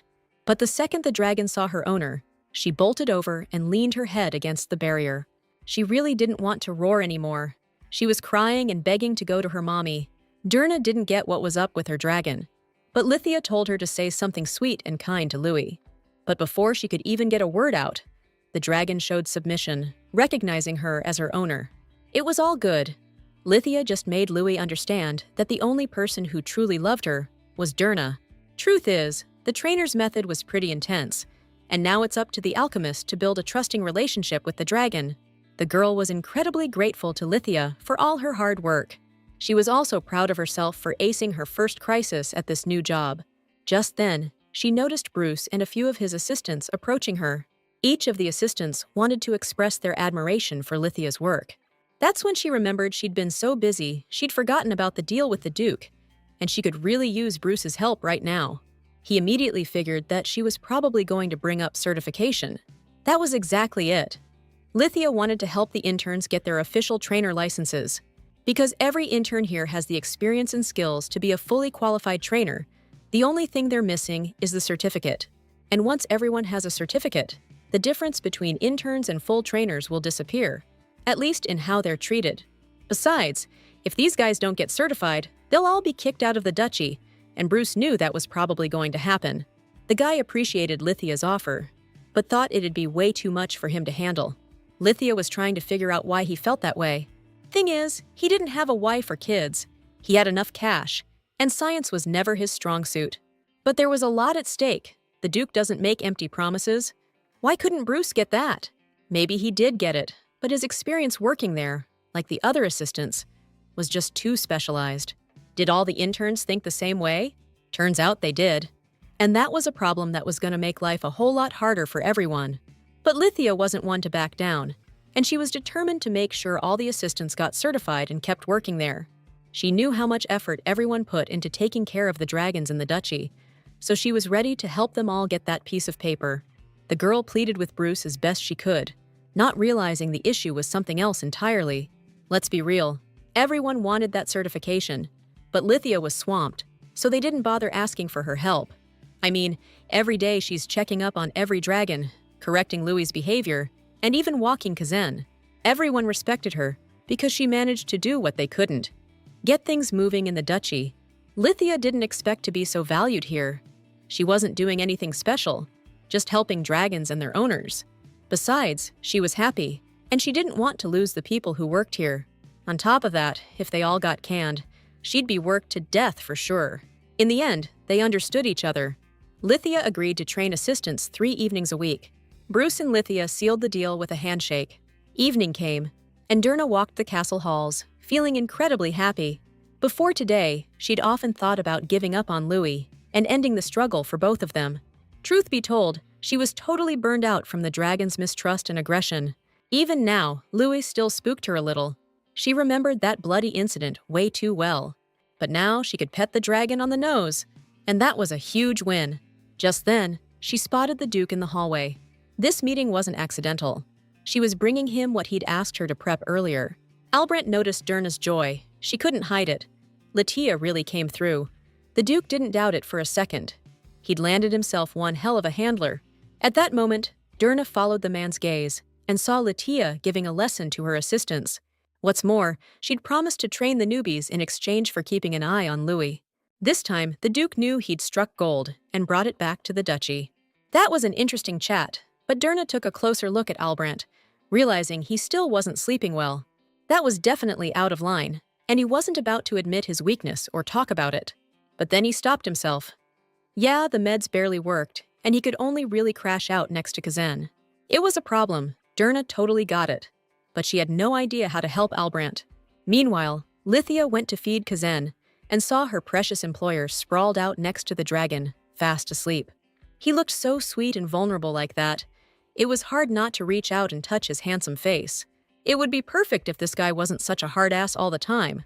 Nope, sitting here staring was too much. Time to wake up, Sleeping Beauty. That was a seriously bad call. If it wasn't for Kazan, she'd be a goner right now.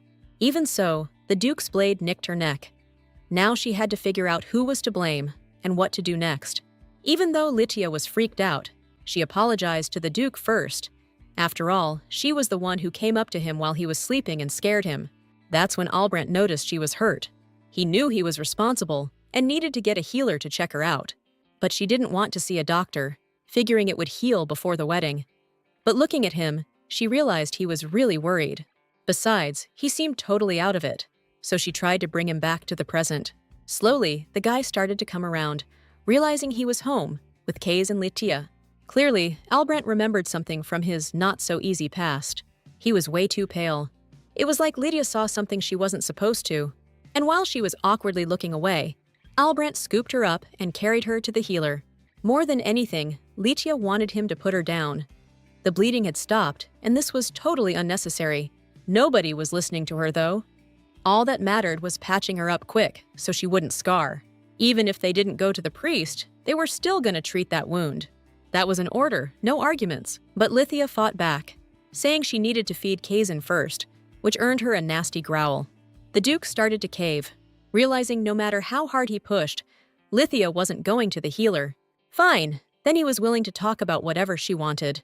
Lithia wasn't about to talk about the injury, but she wasn't about to be carried either. As much as he hated it, he gave in, and now they were back at the castle, where the butler greeted them. This worked out perfectly for Albrecht, so he told the servant to fetch a priest to heal Lithia's wound. The butler was freaked out. He didn't know what happened and was really worried about the girl. Nobody said anything to that, and Albrecht even ordered the handler to be well fed. Lithia wasn't expecting to be taken care of like a princess, but besides the food and treatment, the Duke asked the butler to give Lithia something. Turns out, Kazina was fed, and Louis was being looked after by her former trainer, so she could eat in peace and not worry. She figured the Duke was apologizing this way, but it felt a little too over the top. She thought the guy would quickly forget about it, but this time she was clearly wrong. She didn't think Albrecht needed to sweat it so much. The guy was expecting her to grill him about why he slept with a dragon, but she didn't. But Lithia just laughed. Some might think she's weird, but she totally got why the Duke would sleep on his dragon scales. That wasn't the answer he expected, but the reason he slept next to the dragon wasn't about its scales at all. It was something else entirely. He still couldn't fully trust Lithia. The scars left by other trainers cut way too deep, so, in the moment, drawing his blade, then feeding and healing her seemed like the right call. But why was his heart racing like this now? A new day dawned, and Lithia now understood how tough it was to train other people. They needed more resources on riding dragons, and honestly, Her assistants were still clueless about so much. She could hit the library, but there was no guarantee they'd have all the books she needed. Still, she'd have to check it out. It was almost time to get Kazan ready to socialize, and Lithia needed info on Agric's dragons, which meant it was time to talk to Albrandt, who was already out walking Kazan. Weirdly, after the whole knife thing, Lithia felt super awkward around him. Still, Lithia knew a lot of the Agric's dragon records were lost, so she needed the Duke's knowledge. Everything he learned raising his dragon. The guy was actually down to spill everything he knew, so there was no need to sweat it. Lithia knew the Duke's experience was the most important thing right now, but she wasn't used to being taken care of. Still, it was pretty nice, and it didn't get in the way of her thinking. Overall, her request sounded pretty reasonable, but she wasn't sure if the Duke trusted her enough to share intel. But while the guy was in a good mood, she decided to ask permission to build a training enclosure and use the storage space. The idea was interesting, so the Duke gave the butler instructions about the library, but he needed to think about the enclosure. Besides, she'd said Kazan should live with other dragons, and now she'd changed her mind. That's right, but he'll only live with other dragons after training and socializing, because he has some seriously strong likes and dislikes. It's totally possible that's why Lithia's working so hard. She didn't deny it, since it was one of the reasons she agreed to become a personal trainer in the duchy. Rohannes got where the girl was coming from, but he also knew his dragon was really touched by her attempts to retrain Louis. Except, that wasn't really the issue, because Louis is a female, so Kazan was just giving her more attention and being more patient. And the Duke realized his favorite dragon was into a female of another species. Just the thought of it really ticked the dragon off. He got all worked up, and it was hard to tell if he was angry or just embarrassed. Lithia watched Kazan's reaction closely, because she'd never seen anything like it before. Plus, Kazan kept telling his master he didn't like any females. But if that was the case, the trainer couldn't figure out why he was acting up. Evening came, and Albrandt got word that Lithia was in the library. Weird how that girl was always holed up in there, practically every day. Part of him thought keeping tabs on her was dumb, but he still couldn't totally trust her either. So, he wasn't about to let her out of his sight. Not when you gotta stay sharp every second in his territory. But from what he's gathered about the girl, she's only interested in the dragons, and doesn't seem to have any ulterior motives. He wondered, yet again, could he really trust Lithia, or was this just another woman's trick? But a lot of other trainers seemed harmless at first, then showed their true colors. And if this girl hurts Kazan, he'll never forgive her. Just then, Baskal walked into the main character's office with a stack of documents. The man wasn't alone. Emerald was with him. The Panther Hound was gorgeous, but you could tell she still wasn't used to things, and mostly stayed hidden from other people. What's more, she doesn't cuddle, waits for her owner to leave before eating, basically showing her distrust in every way. Because of that, Baskal even forgot sometimes that he had such an awesome creature. Still, right now, she was rubbing against his legs with her muzzle, trying to get his attention. That kind of behavior was totally out of character for her, so Baskal was surprised. But that wasn't the main thing right now. He brought his Duke a stack of documents that needed reviewing. Basically, all these papers show a rise in efficiency when it comes to managing dragons and their handlers. There was a lot more about Lithia's successes, but the Duke was worried about whether she could be trusted. His friend's opinion mattered. He was scared that sooner or later she'd turn on them. Unfortunately, Baskal couldn't give a completely positive answer, nor could he say for sure that she would. Seeing his old friend's hesitation, Baskal suggested keeping an eye on Lithia. Plus, he had a few questions for her about Emerald's training. The guy was hoping such a talented person wouldn't turn out to be a backstabber. So, if Rohannes was having a hard time deciding, he could leave it to him. The very next day, Baskal went to Lydia and asked for her help with training a tracker panther. The girl was happy to help the young man, since she was also interested in that type of creature. Okay, so the situation was a little weird, because tracker panthers don't usually ditch their patrons. But for some reason, his panther was nowhere to be seen. That's why she wanted to get the details first, because as far as she knew, nobody ever had problems with tracker panthers. The guy was silent for a second, but then he summoned Emerald. Turns out, he misspoke. There wasn't anything wrong with Emerald herself. The problem was him. This dude doesn't always get his pet's feelings, and the panther only opens up when they're alone, but those moments are super rare. Then, out of nowhere, the panther walks up to the main character and starts sniffing her hand. At first, Bascal tried to stop her, but Lithia wouldn't let him. Then she sat down next to the panther and started listening to her. Emerald liked that and gave Lithia an approving nudge. Honestly, Bascal didn't expect Emerald to approach the trainer first. What's more, Lithia wanted him to get specific about the task. She needed to figure out what this dragon liked and didn't like. He couldn't answer that. He figured they were just roommates. He gives the panther a roof and food, and she protects him. Lithia understood more than he was saying, so she asked if she could observe Emerald to pick up on her signals. That was exactly what Bascal wanted, so she got all the permissions she needed. In that case, he'd need to stick around the girl for a while. Even though they shook on the deal, Lithia had a weird feeling about it. So the observation began. Bascal thought, if she's a spy, she'll try to swipe the documents I left out in plain sight. Except she didn't do anything like that, and he couldn't figure out why Rohaness was so wary of her. It was clear to everyone that she was only interested in the dragons. Even now, no matter where she looks, her gaze always ends up back on Emerald. The only thing he'd figured out was that she didn't like being indoors. But he was surprised when she drew some conclusions about his situation. So, Lithia walked up to the young man and told him he needed to pet Emerald every time she looked at him, because that's the most effective way to show your affection. You gotta understand, like, His Highness's dragon is like a big puppy. He comes right up when he wants some love. But Emerald doesn't show her emotions so openly. They're harder to catch, so it's normal that the guy can't fully understand her. Now was the perfect opportunity to take the first step and pet the panther. Bascal did it, and Emerald started acting more affectionate toward her owner.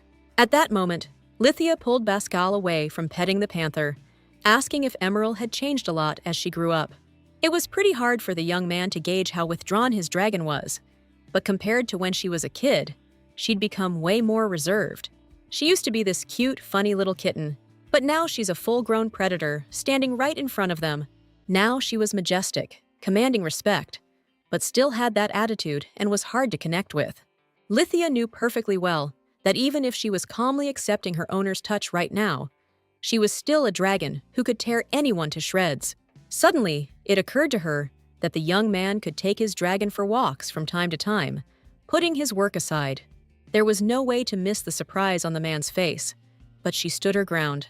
Even though the man didn't want to listen, he had to go out into the fresh air, together with the handler and the dragon. The girl was happy to be in the fresh air, as she had been spending all her time indoors watching Emerald, and was very tired. Lithia could clearly see that the panther was benefiting from the walk.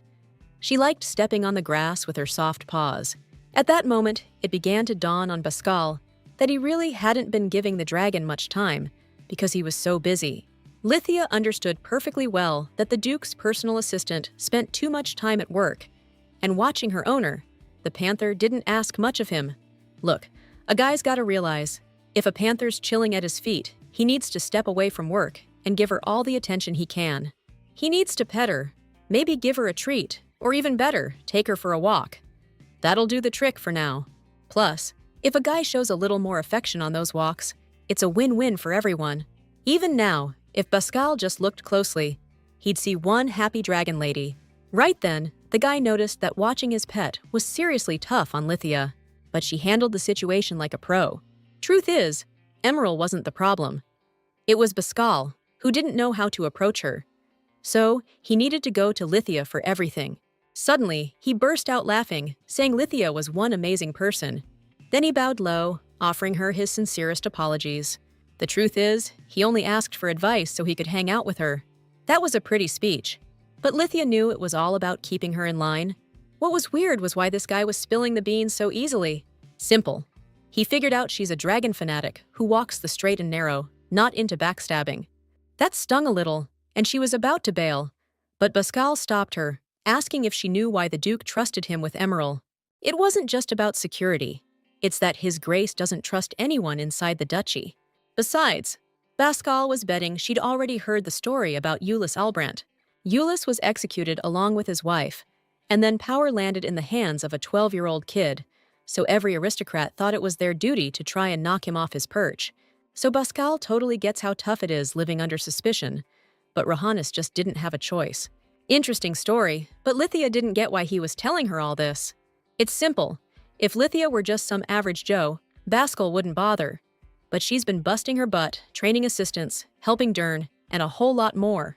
Besides, she never touched any important documents in the guy's office. That just proves she wasn't in it for the money, and she's trustworthy. Lithia needs to understand that Rohannes is going to be suspicious of her for a long time. It even took him years to earn my trust back. Still, he asked Lithia to understand his old friend's caution and not take it personally. Just then, Duke Albrandt showed up in the park. The dude didn't understand the scene he was walking into. Why his buddy was down on one knee in front of his personal animal handler. He was clearly not happy with what he saw. It's the middle of the workday, and Lithia and Pascal should be working, not goofing off. The girl tried to explain that Pascal had asked for some tips about dragon training, which set the Duke off. The guy figured she obviously wasn't busy enough. That was the first time Lithia ever felt something sinister coming from Rohannes. And he kept going, pointing out how she's been quietly racking up dragons under her wing, like he totally underestimated her game. But that wasn't it at all. She only agreed to help Master Pascal because he just needed a few pointers. The guy wasn't buying it, saying no way would anyone waste a whole week glued to Pascal's side just for some advice. Those kinds of digs really got under Lithia's skin. Seeing things were about to blow up, Pascal jumped in, saying Lithia was helping him with Emerald, which is why they were getting along so well. Besides, Pascal was in the doghouse for not getting his report to the Duke on time, so maybe this time he could just look the other way. Part of the Duke understood perfectly, but another part of him was wrestling with feelings he just couldn't put his finger on.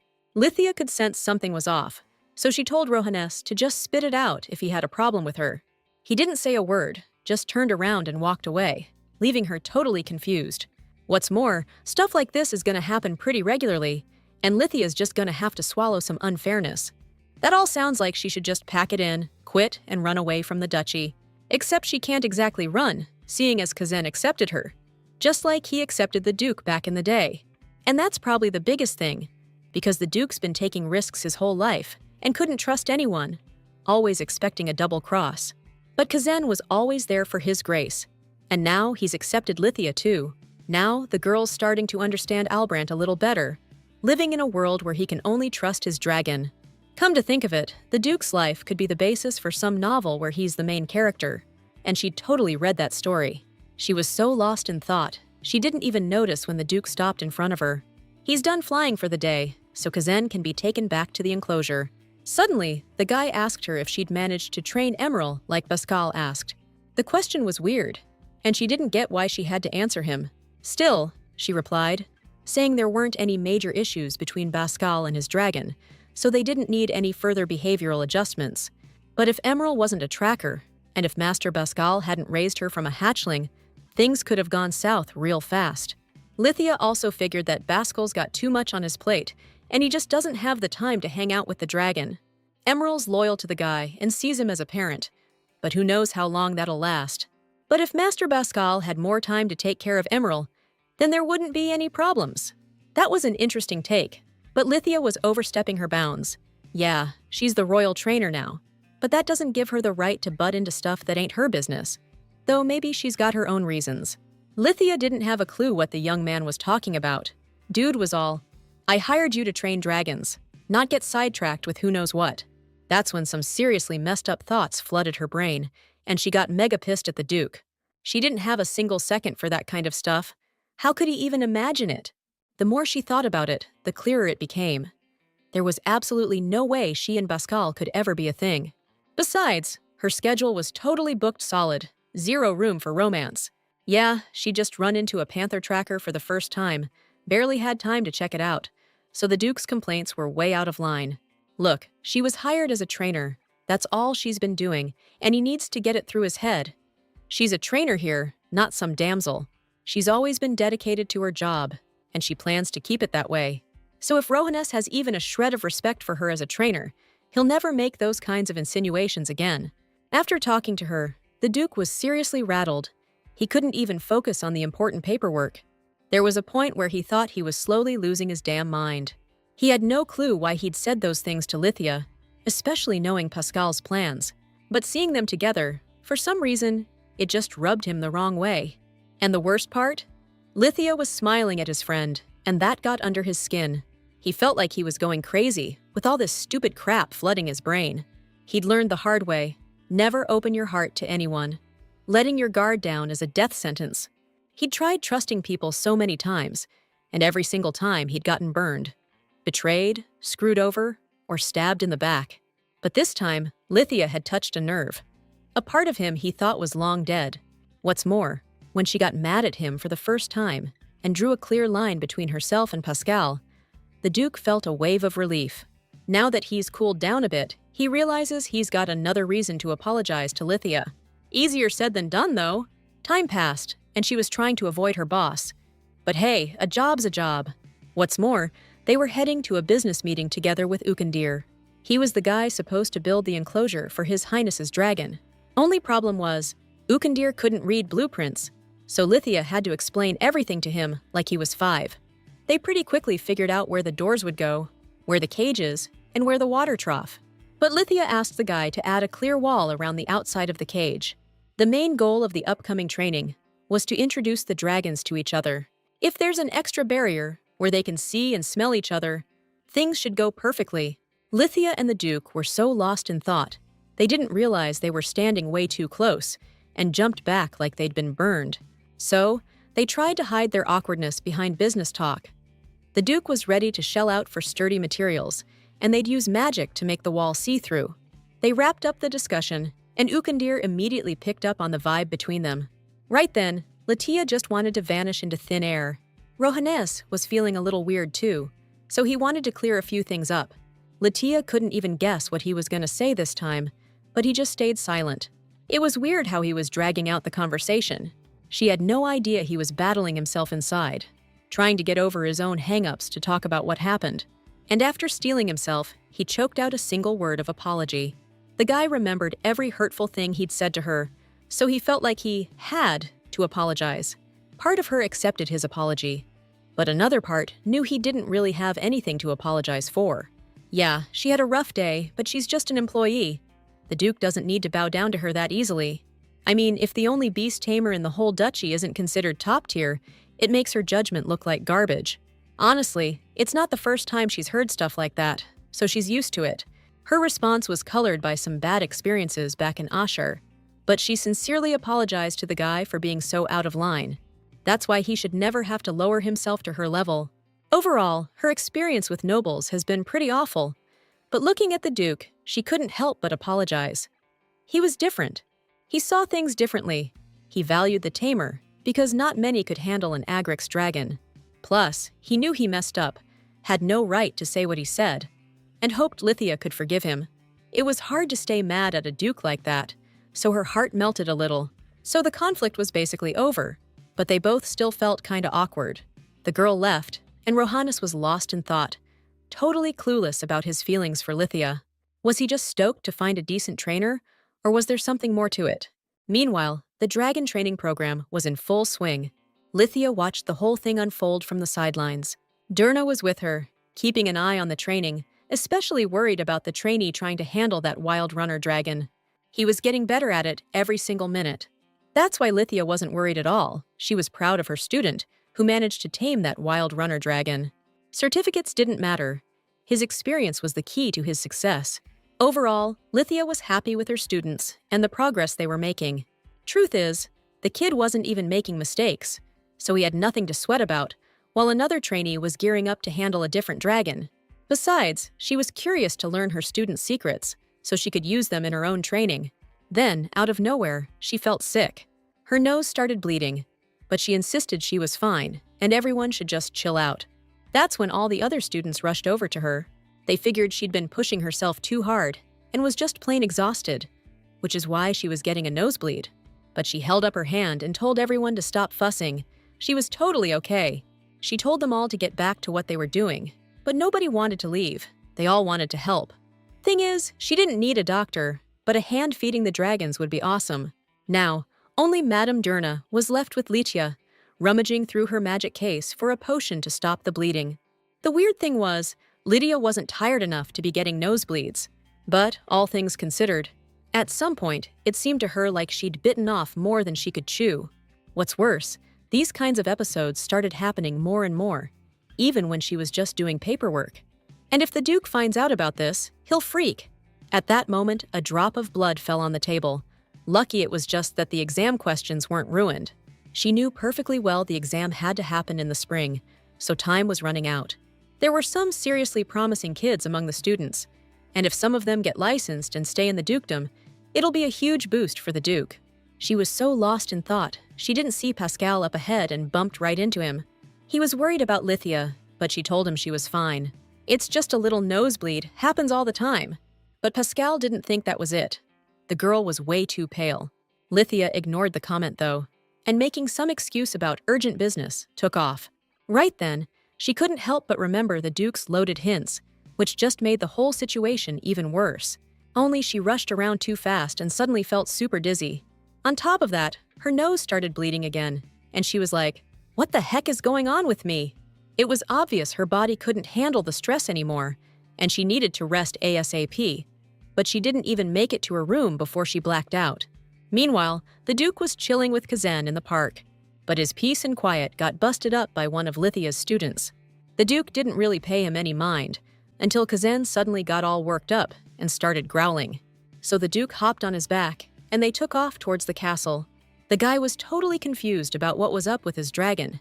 He'd never seen him act like this before. As soon as he got closer, it became clear the reason was Lithia, who was lying there unconscious. Albrandt held her close, totally lost as to what just happened. Kazan was just as messed up, growling, trying to get his pain across. Looking at his winged buddy, Rehanes knew they had to get Lithia to a healer, stat. Before you knew it, a whole squad of healers rushed into the room to give our girl the help she needed. They jumped right into action, with the Duke watching their every move. After a while, the examination was done, and the guy asked them to explain what was up with the animal trainer. From all the signs, it looked like the girl was completely burned out. Plus, if she wasn't so naturally tough, she would have passed out a long time ago, so now she seriously needed to recover. What's more, she needs to stay in bed and take it easy for at least a week. Albrandt was all for it, and he ordered the healers to make sure she rested, didn't get up, and didn't try to rush back to work. And if she gets stubborn, one of them's gonna have to call him. The doctors figured the Duke was worried, because Lithia was the only beast tamer in the duchy. But it was way more complicated than that. Just then, Kazan's head popped in through the window. He was freaked out about Lithia too. The guy understood what his dragon was feeling, and tried to reassure him the girl would be all right. Morning came, and Lithia woke up, not in her own room again. Right then, one of the doctors came in and told her she was in the hospital, and the Duke brought her in after finding her passed out. Hearing that, Lithia jumped out of bed and was going to get dressed quick to get back to her duties. But her plans were shot to hell when the Duke showed up in the room and stopped her. Right now, the Duke didn't give a damn about Lithia wanting to work. Her health was what mattered, and the doc thought she needed more rest. So the guy carried her back to bed, and just then, Kazan's snout appeared in the window. He missed that girl so damn much, he couldn't wait another second to give her a little smooch. Nobody saw that coming. Lithia knew her charge was freaking out, so she decided to calm him down a bit. Meanwhile, the doctor couldn't figure out how a dragon even got into the clinic in the first place. The trainer was sure Kazan raised hell until the Duke finally agreed to take him along. That much was clear, but she needed to realize that if she didn't take care of herself, she'd be stuck in the infirmary for a long, long time. The doctors and Lithia reached a compromise, but the dragon had to get out of here ASAP. The guy and girl were alone in the room. She promised him she'd take better care of herself from now on. Just then, Lithia screamed. She realized her study materials were trashed. No sweat, though, because the Duke gathered the papers, stacked them up, and handed them to Bruce. Part of her was stoked about the news, but she also knew she was the only certified trainer in the whole duchy. Easy fix then, just hire more trainers. Of course, Lithia was stressing about it, but that was a man's problem. He'd figure it out. So, she needed to focus on getting better, and not clutter her brain with stuff she didn't need to worry about. For a second, she wondered if the Duke was worried about her, or just giving her a hard time. A whole week went by, and Lithia was still stuck in the hospital, which meant Kazan and Rohannes were seriously bummed. He knew the dragon missed his trainer, but if he went to the infirmary, her recovery would be dragged out even longer. So, he just flopped onto the floor, turned his back on his master, and sulked. The Duke was thinking that lately, he was totally swamped and couldn't get his own stuff done, because he was single-handedly taking care of Kazan. But Lithia being sick and gone wasn't just hitting the Duke hard. Everyone in the castle was feeling it since Lewis's training was on hold. Things weren't exactly smooth sailing back at the training center either. It felt like the whole duchy was collapsing without Lithia, even though they'd basically just gone back to square one. But the guy wasn't backing down. The girl needed rest and recovery, even if it meant everyone else had to pick up the slack. Because she wasn't just the only licensed animal handler, she was also a smart, stand-up woman. What's more, Rohan finally realized in that moment that he really missed her. So, he decided to go check on her. But he didn't want to bring Kazina along. He finally admitted to himself that his conscience was eating him up because he'd been pushing her too hard without knowing the full story. But as he was rushing to the infirmary, he saw Lithia walking in the park with Pascal and Emerin. And that just set him off, because he thought she should be resting in the infirmary, not strolling around the park with his assistant. The situation was awkward, so Pascal tried to lighten the mood. Still, Albrecht wasn't backing down. He was trying to figure out why Lithia wasn't in bed. Turns out, the healer had given the girl permission to get some fresh air in the park. Pascal added that no matter who the patient was, being cooped up inside all the time wasn't good for them. But his grace didn't buy it. There was a dragon involved in this walk, and Lithia was a dragon tamer, so he had a hard time believing she was resting. Just then, the girl clung to the panther. She hadn't seen a single dragon in days, and she was feeling genuinely happy. So there was no way she was giving this awesome little dragon back to the Duke. Seeing how much Lithia liked Emerald, Albrecht asked Pascal to let the girl keep the panther for a while. Except Lithia didn't want to separate the panther from its owner, which meant Pascal had to stick around. As soon as she said it, the main character realized how that sounded. And Rohan's face made it clear he was not happy. He was absolutely seething. So, he started leaning on the girl again, saying if she didn't get back to her room, they'd drag out her recovery time. That's when Pascal stepped in to smooth things over. The guy reminded his buddy that being bedridden for too long isn't good either, which is why the doc gave Lithia the green light to go to the park. Then he leaned in and whispered that people need to voice their feelings, or no one will get them. That was solid advice. The Duke needed to chew on that. Just then, Pascal walked into his office, papers in hand, apologizing for being late. The Duke wasn't about to waste time on chit-chat, so he got straight to the point. He wanted to hire another trainer, but it was super tough, since they needed someone with a spotless record. And let's be real, finding another trainer like Lithia was a long shot. Albrecht knew that perfectly well. But he didn't need another Lithia. He needed someone to back her up. Right then, Pascal pointed out that no one can read Rohan's mind, especially when Lithia's involved. In other words, the guy needed to stop digging himself a hole and just be honest. But as usual, the young dude pretended he didn't get what his old friend was saying. But Pascal reminded him that if he'd just said he was worried about the girl's well-being, she would have accepted his concern. Okay, enough with the feelings. Time to get back to business, namely finding a trainer. The Asher Training Center seemed like a decent enough place. Yeah, the director was taking kickbacks from some count who was helping out his son, but nothing else came up in the audit. So, that's where the Duke planned to find some suitable trainers. Plus, the Duke was planning on bringing Lithia with him when he went to this training center. Pascal knew the Duke didn't really need to bring Lithia along, but the young man was still so clueless and didn't understand his true feelings. 5 more days passed. Lithia was discharged from the infirmary, and the first thing she did was go check on Kazan. The dragon was super happy to see her too. They started hugging. They were just that damn happy. The girl thanked the dragon for finding her unconscious and carrying her to the infirmary. Only now did she realize how badly she'd scared this strong, handsome dragon, seeing someone he cared about bleeding out. So now she could let him be a little grumpy and blow off some steam from the last few days. Plus, she just had a brilliant idea. They could fly together. It was the best decision she'd made in a while, and it made them both happy. Flying with Kazan was a refined and ultimate pleasure for Lithia.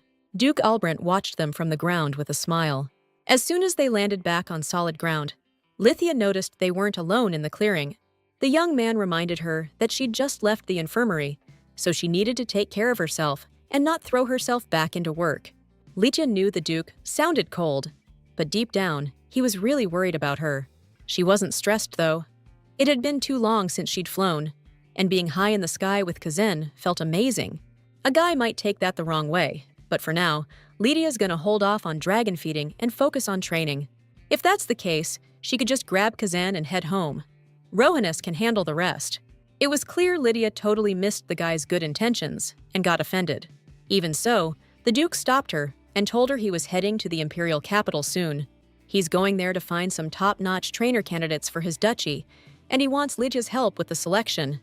That was a total curveball, and she wasn't really sure how she could help the Duke. But her involvement was settled.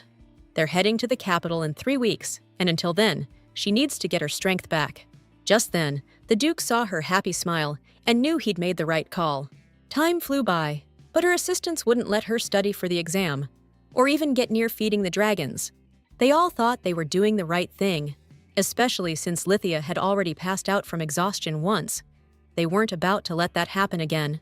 The rest definitely did her good, but looking at the Duke now, she was getting a bad feeling. Seriously, she couldn't figure out why she had to ride in the carriage with him instead of watching over Kazan. He didn't care that Lithia didn't want to ride with him. Sitting face to face with the boss was pure torture for her, but she had to follow her employer's orders. At least Kazan looked totally calm, even though his special training hadn't even started yet. Plus, a few assistants were escorting them on dragon steeds. All in all, this trip was shaping up to be one for the books. Rohannes suddenly realized Lithia might be super uncomfortable riding with him, so they'd need to get another carriage on the way back. She's finally asleep, so there's a good chance we won't need that second carriage after all. But he was worried about her being uncomfortable, so he decided to adjust her position a bit on the seat. Just then, they hit a rock and the carriage jolted. But the young man managed to pull the girl close, stopping her from falling. Except, she started acting kinda weird, kissing him on the shoulder. It was just a simple gesture, but it unleashed a whirlwind of feelings he'd never felt before. Emotions that were hard to control and understand. So, at some point, he gently pushed Lithia away, explaining that the carriage had hit a bump and the wheel jumped. Besides, they were almost at the capital, so it was time to wake up anyway. As they entered the city, Lithia realized that the training center they were headed to was Ashar, where she used to work. The man explained that they were only here because this center was under the Empire's protection, so it was less likely to be shady than the others.